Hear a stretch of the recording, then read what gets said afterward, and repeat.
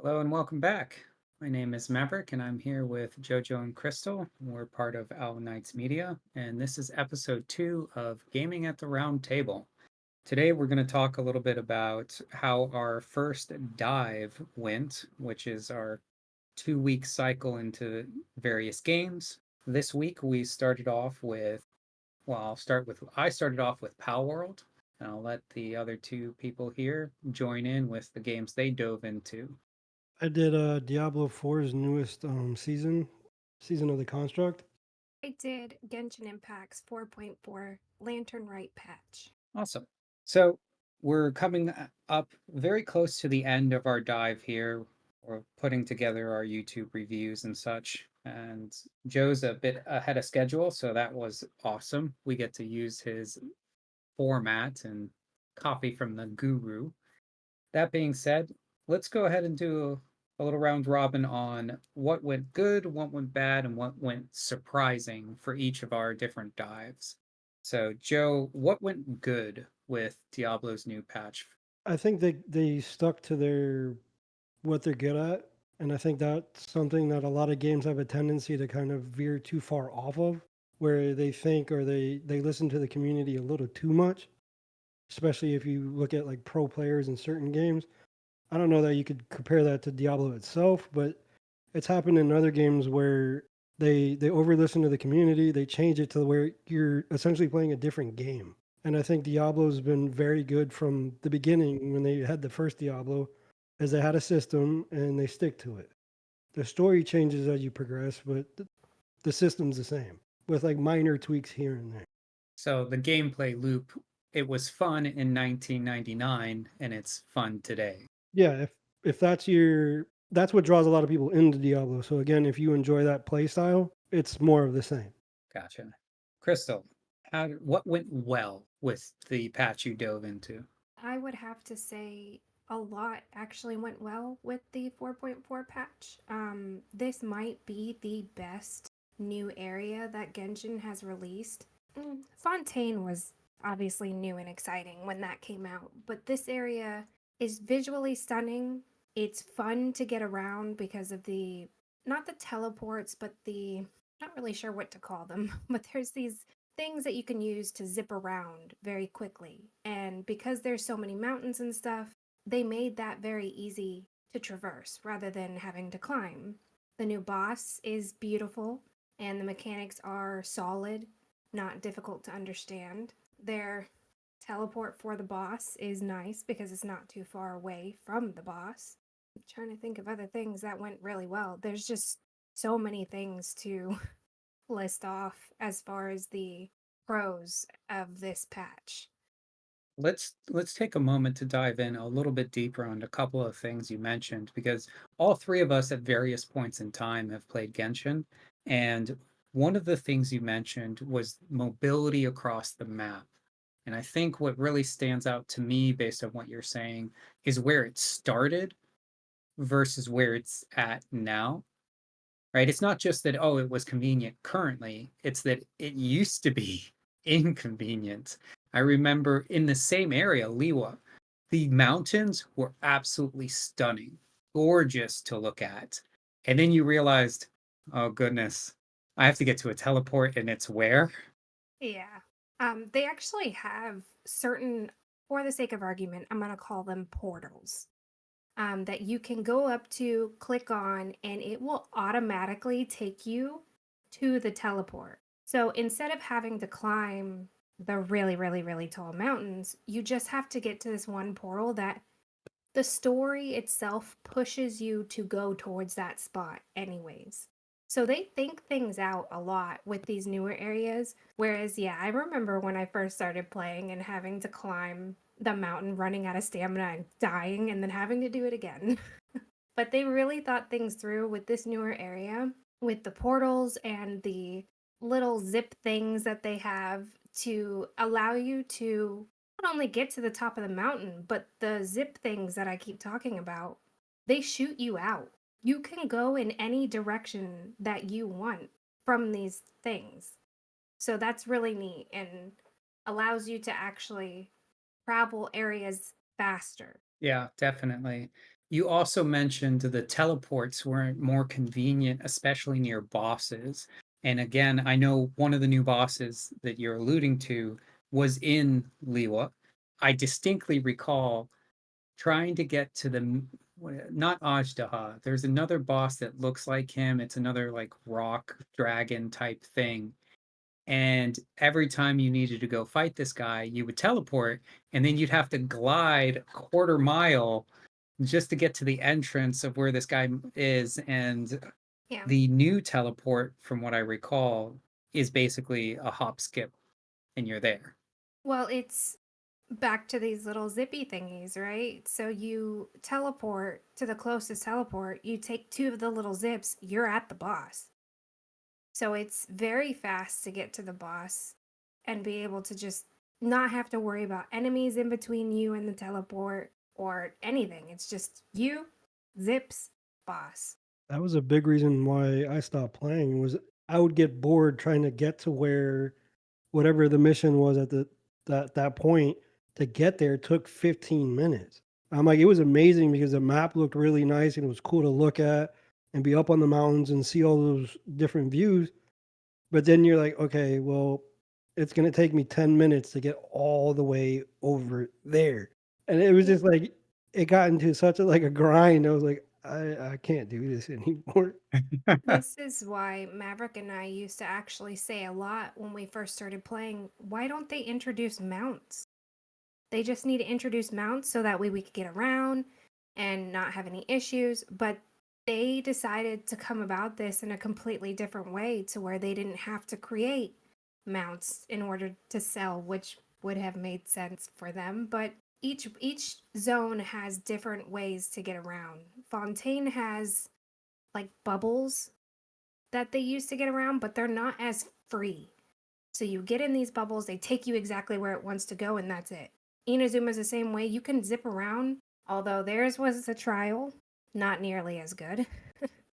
Sumeru was okay. I feel like Sumeru started to get the gist of it, but this new Liwa area, hands down the best because you can go fast and get to where you want to easily. So I like it a lot. So I'll go ahead and take a swing at this. Power World, unlike Genshin, is not a long-standing.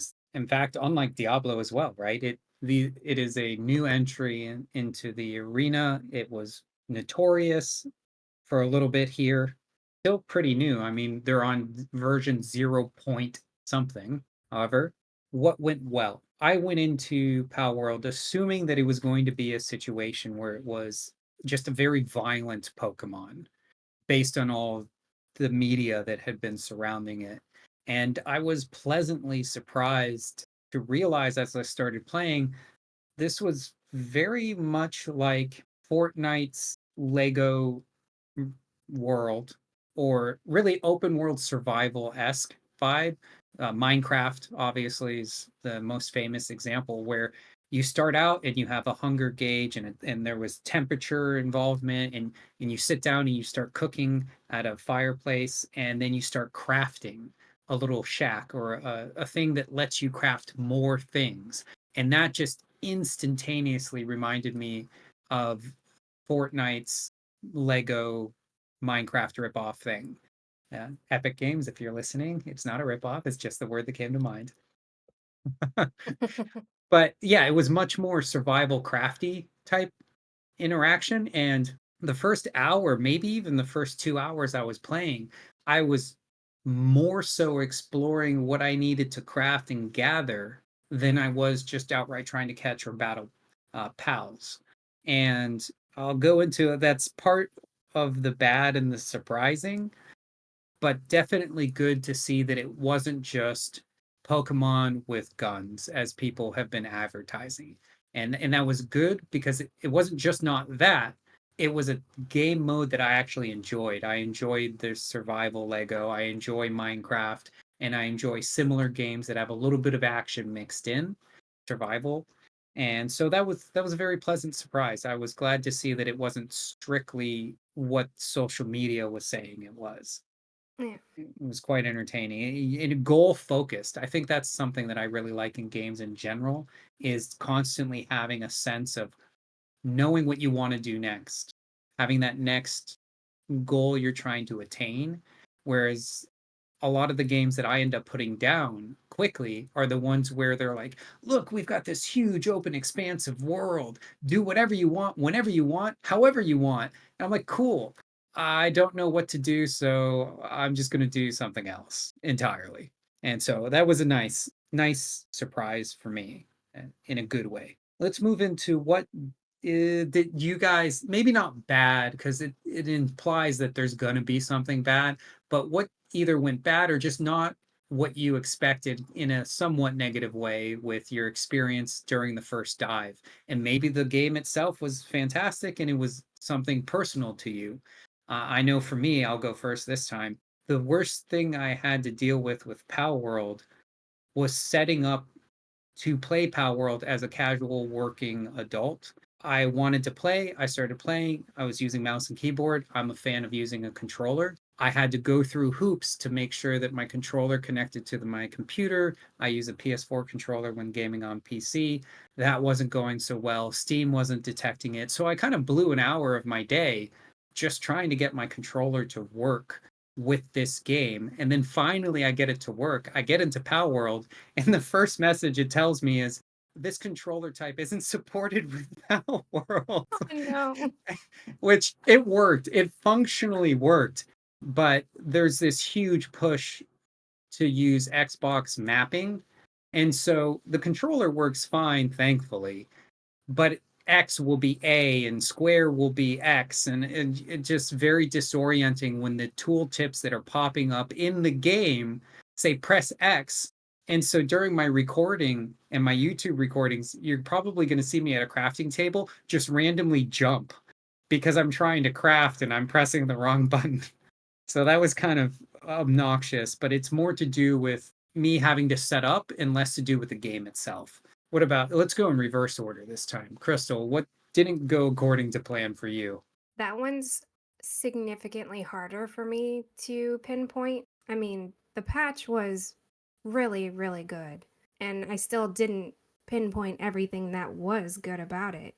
I guess there's only one thing that wasn't necessarily bad, it was disappointing, and that's the rewards that we get for the Lantern Rite. Their other game, it's There's only skipping my seven mind. of them. What's the game?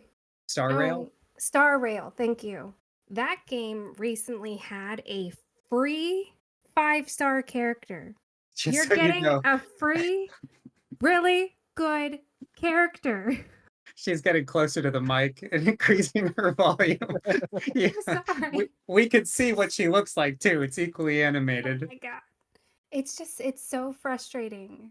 So it's not necessarily a bad thing because I have my Genshin standards. Let's be real here. They're the same rewards we've basically gotten since everybody lost their minds the first year. But I mean, we got 10 summons. That's not even enough to get a 5-star character. That's 80 summons short. What am I supposed to do with 10 summons? Get a 4-star? And that's if I even get a 4-star character. I'm more so likely going to get a 4-star weapon. It's just disappointing. It's not, in my opinion, it's not bad. Understood. And just to be the nerd that pushes up his glasses here, 70 summons short. You're thinking of the weapon banner. You It's said 80. 90. She said 80. It's It's 90 for the for weapons. character. Oh, 80 you're for the right. weapon. You're right. Aha, let me So push up my now glasses. I'm gonna out nerd your nerd. I'm gonna be quiet now. Joe, you're up. Sweet, I get to piggyback off of that one. Well, with me, it's more the fact that Diablo, like I mentioned before, is Diablo is very good at doing certain things, and they've continued that system for a very long time, which is what's always drawn people back in. They open up the world, so it's open world compared to before, where it was like strictly just dungeon crawling, where you would go through a level where you'd enter at one part of the map and then just continue down, and then you'd go to a new map, which I think I kind of miss in a way with Diablo because it made the story feel a little more linear. And I think with Diablo as a whole, one of their biggest things was their ability to tell stories with the cinematographics, with the lore, with everything else. But I think that has to do a lot with the gaming market, I would say, as a whole, because Diablo in the last game still had expansion packs, where now most games have battle passes, where they give up like a significant amount of storytelling to pitch this rinse and repeat battle pass thing where you're just fighting for cosmetics. So it's you play a story portion added in with the battle pass or the new season, I should say. But in comparison to a full blown expansion pack, it's not even close. And I'd almost prefer to wait a little bit longer and get a full blown expansion pack with a whole new area world to explore compared to these micro little just to where you play enough to get back into it and then you're done with it. Like I finished the added in story by the time I was level, I would say it was before level 30. And the cap for levels is 100. So that means I have to go back to what was already in the game to then continue me up to the higher level. And again, all that I'm aiming for to hit that 100 level is added in cosmetic. So for me, that like that lack of story is the bad to me. Mm. Because again, playing a game for me, and I was a big Halo fan because of that. People argued about mechanics and which one was the best game, whatever. For me, it was the lore of the world. Being Master Chief and figuring out where is this story going? What is Cortana and Master Chief doing now? What's going on in the universe and how do they save it? And again, it was a different little microcosm of the universe, but the story seemed huge. Whereas again, you get these micro battle passes and you don't get that full expansion. And I think that to me, again, is the bad in it. Yeah, that's definitely a topic we'll probably circle back on when it comes to the whole micro nature of the gaming industry. And there's a lot to be said about that, not the least of which is microtransactions, but even like you mentioned, it's micro everything, micro stories, micro character backgrounds, micro everything. Definitely understand what you're saying. So that brings us to what was surprising with our first dive into each of these games. Give you guys a moment to think. This one I had in my back pocket since the start. What was very surprising to me was that, at least with the mouse and keyboard on Pal World, when I two things were actually really surprising to me. The first one was I fought this pal and I reduced their health and they didn't die. They didn't just disappear. They look like they fall unconscious and they kind of roll around like a sheep that's shaped like a ball. And so I thought, okay, and I was surprised that you could move their unconscious body around like a beach ball, kicking it around, if you will. You can't catch them like that. So I'm sitting there thinking, did I knock them out because I can roll them around, or did I just murder this creature? And it was very difficult to tell the difference. And then the second thing that I found really surprising was how very easy not only was it to miss when you threw, I forget the name of the object, but it is the equivalent of a Pokeball in Pal World. I threw this thing and I missed, and it just vanishes, gone, poof. And it was strange to me because for such an sandbox, quasi open world 3D game, right? You throw something on the ground, you would think it would just be sitting there like an arrow in Minecraft. If you miss, you at least see the arrow, even if you can't pick it up, and sometimes you can. In Power World, I whiffed and it was gone. And in the beginning of the game, it was a little brutal because you find one in one chest, and then it's like, well, I guess I'll end up crafting these in an hour and a half so I can find out what the real gameplay loop is. So that was very surprising and how they chose to do that. And I don't think it was necessarily bad. It was just jolting compared to what my expectations were. For surprising, I think Diablo tried to circle back to something. I think it was in Diablo 2, where you had the companion, where you could actually edit their armor, do things like that. I That's the one thing I miss the most in that type of game is having a true companion because a lot of the times, again, when you're a casual player, you don't necessarily have a community to play with. So I know there's some games that if we could all play it together, we'd sit there and we'd play it, and that keeps you engaged in it longer because you're playing with the community that you're playing with. But again, when you're working a 9 to 5 or whatever scheduled job you have, it doesn't always line up. So when you have the ability to have a true companion that actually helps, is the best way to put it, because you can get some of these AI companions and they're like following like the most random thing. You're like, where are you going? Where are you going?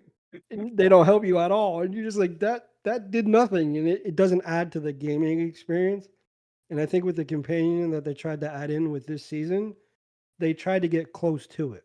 Again, it was pretty generic overall, but it was customizable to where you could tweak it to support whatever build you were trying for with your character, which I thought was a surprising add-in.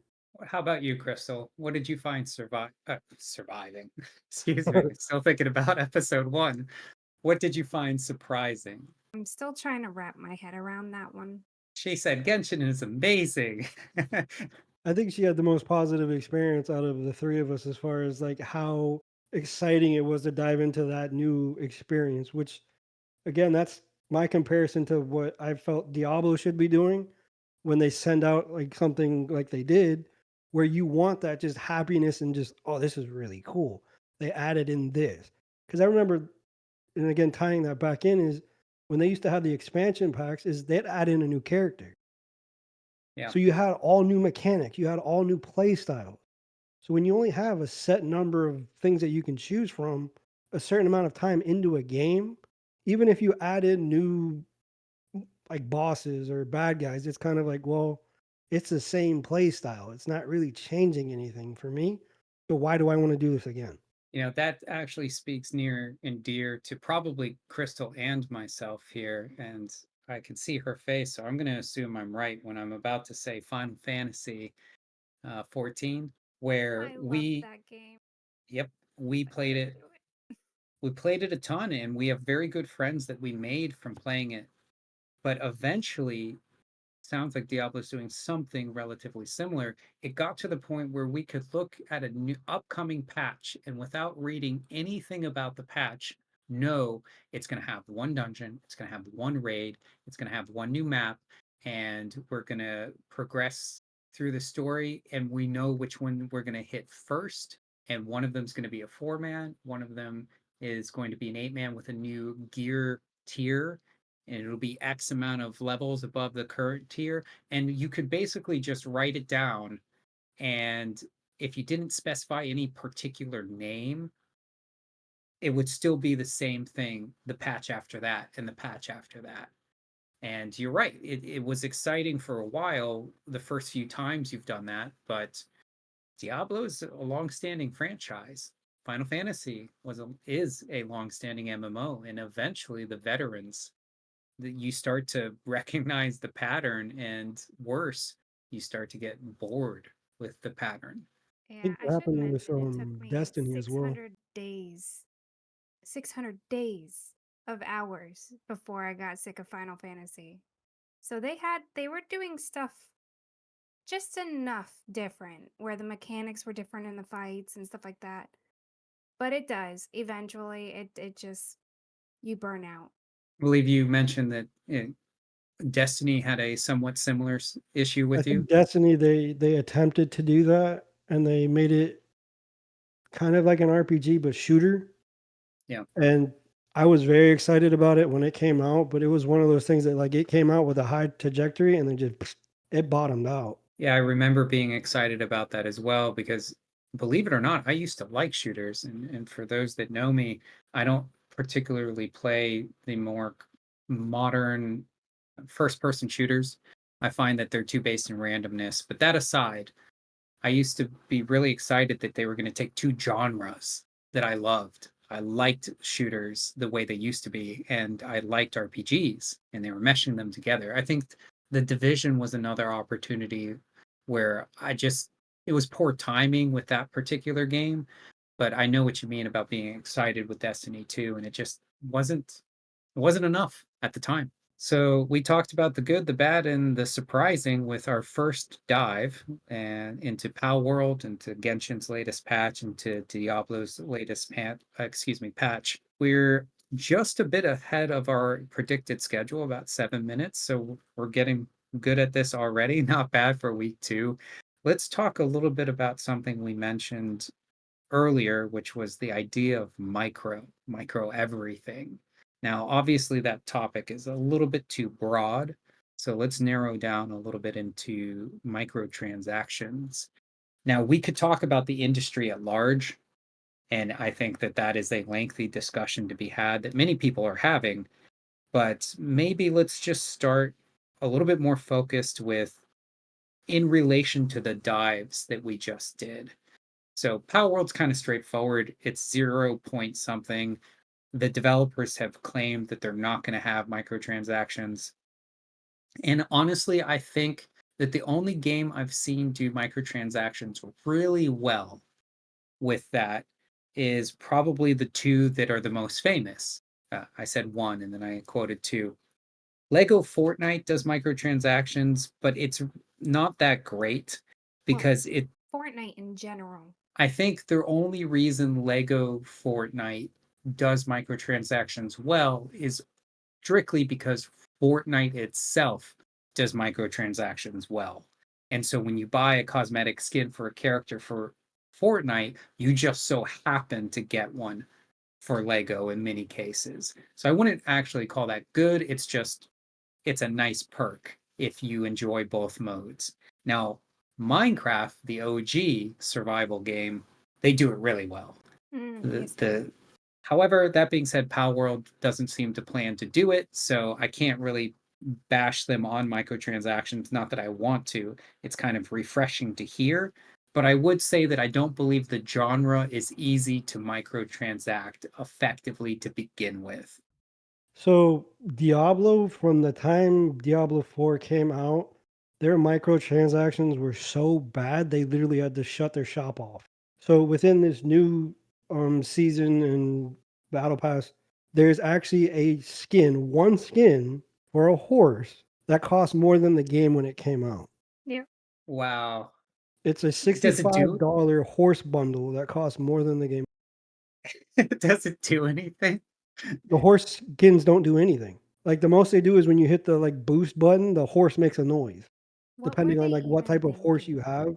It's like if you have the one that looks kind of like the Nazal Ghul from Lord of the Rings, Yeah. it sounds like a wraith when it like takes off.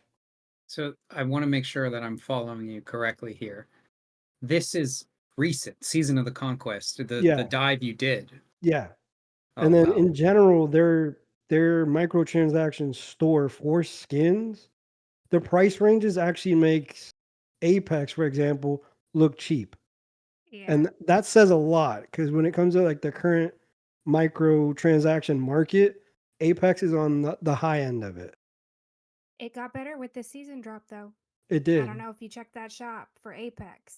I did. But again, in general, they've had one of the higher price points where Yeah. when you want a skin, you're probably going to cough up between 20 and up. Yep. Whereas like Fortnite, for example, like my brother said, they start at like as low as $5 Yep. and you can get a cool skin, which Not is just the actually skin. I You could got away with a probably couple get. Christmas gifts with some people for my kids a couple of times. I was like, "You get a new skin. Just pick which one you want." They're like, "I Maverick. want that one." I'm like, $10 it is. Yep. Maverick did that. He sent my cousins skins, and like you were mentioning, Fortnite for like $5-10, you're getting not just the skin. You're probably getting the gun skin and a backpack and maybe a pickaxe too. Like they're And just. the Oh Lego yeah, version. Yeah. and the Lego version. So it's just. I read an article the other day about the microtransactions because I was just curious about it to see how much Fortnite specifically made. Because I would assume that they have to pay a good amount of pocket change in royalties to some of the stuff that they use. 'Cause they use a lot of music, they use a lot of like actual artist stuff. So I was curious to it, and I think they're in 2023 or 2022, they brought in upwards of $1 billion. Epic Games. So like it's mind blowing how like that market works. That topic about Epic Games, that's reminded me. We won't have time on this podcast, but now I know a future topic. I want to talk a bit about Epic Games and their domination of the current gaming industry. The fact that they have the game engine, right? Unreal Engine. So that there's a lot to say there that I think we can cover in a future podcast. But yeah, they do a lot well, and to their credit, microtransactions. are the nature of the beast, and it's hard to condone them, but at the same token, they are doing them pretty darn well. Crazy to think that this is not even where Fortnite started. They started somewhere completely different. I remember it because they were the creators of Gears of War, which is a franchise I'm a massive fan of. So when they were switching, and the director at the time was saying, "Oh, we're gonna make this new project or whatever," and they gave you like that little screen teaser with just the name, and it was kind of like, "Well, what is this gonna be?" And then that created a whole new avenue of games. We're actually at our timer here, so let's kick it over to Crystal. Microtransactions in your dive. They recently had what their three skins drop. Now, 1350, so 1350 Genesis crystals, which I think costs like $15, I want to say, for a new skin. That's not the worst thing I've ever heard. I mean, it will go up. I think it becomes 20 to $25. You know, the Um, FOMO, fear of missing out because they have their sale when the costumes first come out. and then summoning. So the gotcha aspect of Genshin Impact. And they get you. And again, that's another topic to touch because I think it was Overwatch got smacked pretty hard with that, and the gotcha aspect of their bundles, they got hit pretty hard with it. So Well, that's fascinating to hear because when I hear Overwatch, I don't think gotcha game. Like Genshin, for example, to their credit, they are a gotcha game, and they have been since their inception. That there is no ifs, ands, or buts. They were not trying to hide it. They advertised what they were, and it's the nature of the game. But Overwatch, I thought was a first-person shooter where you could buy some skins or in bundles every now and then. I haven't been playing it recently. I mean, even Apex had a gotcha system for like a small patch where, you could their Final Fantasy event. This was recent. You could not pick exactly what you wanted and buy it, which a lot of their other patches were that way. You could go in with your crafting metals and buy exactly what you wanted from the event. But then their Final Fantasy event came out and it was like a gamble, which in turns is gotcha. So you have to spend X amount of money in order to get whatever it is you want, and likely you wouldn't get what you wanted unless you bought out the whole shop. A lot of I'm gonna games dabble in the gotcha. I'm gonna read what happened with Overwatch. It says the main reason for the removal of loot boxes is to avoid potential legal battles around the world. Loot boxes are now outlawed by many countries, so gaming companies have to come up with creative solutions to ensure their games are still profitable. So again, certain parts of the world outright ban loot boxes, which is the Yeah. gotcha aspect of these games. That'll be a Yes. topic for another time, though, because I just thought of some stuff that was also banned. There's a lot to talk about, especially with the game you were playing. There's a whole political I mean, mobile conversation. games I think are 99% what loot or gotcha style games. Certainly the famous ones are, yeah, absolutely. It's almost, in fact, the industry got so bad that when people heard mobile, they just instinctively equated it to gotcha. I don't And think I've ever played a non gotcha mobile game. yeah, it's Even my def mom's puzzle game was like, pay for this. It's like a freaking puzzle you're putting together. Why? yeah, they're definitely two big topics there that we just don't have time today to get into. I think it would be cool for us next time we talk about it, because we for sure will, it's inevitable, is to try to think about it in terms of, hey, this is the dive or even the industry, but I'm just going to say dive that we were dealing with. How would we maybe like to see it done right or better? Because there's no avoiding it. This is how they make money. That's not going to change unless they find a better way to make money, and I don't see that coming anytime soon. What can we do that's productive? And I think the only thing we can do is provide alternatives or solutions that are similar enough to where these companies, potentially our future company, can compete with the market, but be more open, transparent, and less predatory, if at all possible. All right. Well, we covered a lot today. We went into our dives, the good, the bad, the surprising. We talked a little bit about microtransactions and potentially future topics as well. Crystal, Jojo, anything you guys want to add? Thank you for listening. Thank you everyone for listening. This was Gaming at the Round Table, brought to you by Owl Knights Media. Have a good one.